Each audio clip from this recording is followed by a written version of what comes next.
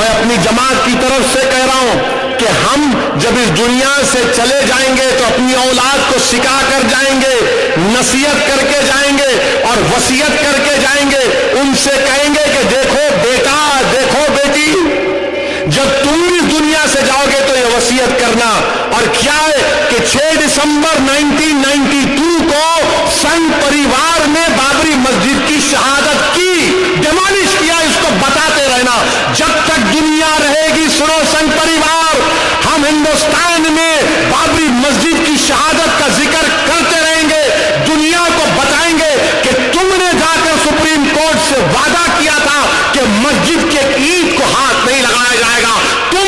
تمہارے لوگوں نے مسجد کو شہید کیا، اور ہماری مسجد جو 550 سال سے وہاں پر تھی، جہاں پر ہم نے حی علی الصلاۃ اور حی علی الفلاح کی صدائیں دی، تم نے مسجد کو شہید کیا اور مومنٹوں کے طور پر تم نے اینٹ کو اٹھا کر لے کر گئے.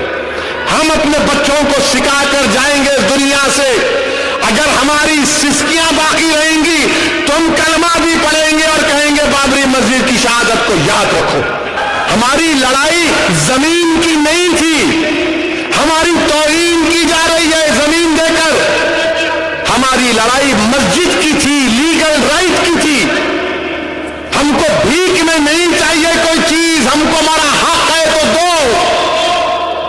ہم کو بھکاری سمجھ کر مت دیکھو. ہم ہندوستان کے باعزت شہری ہیں،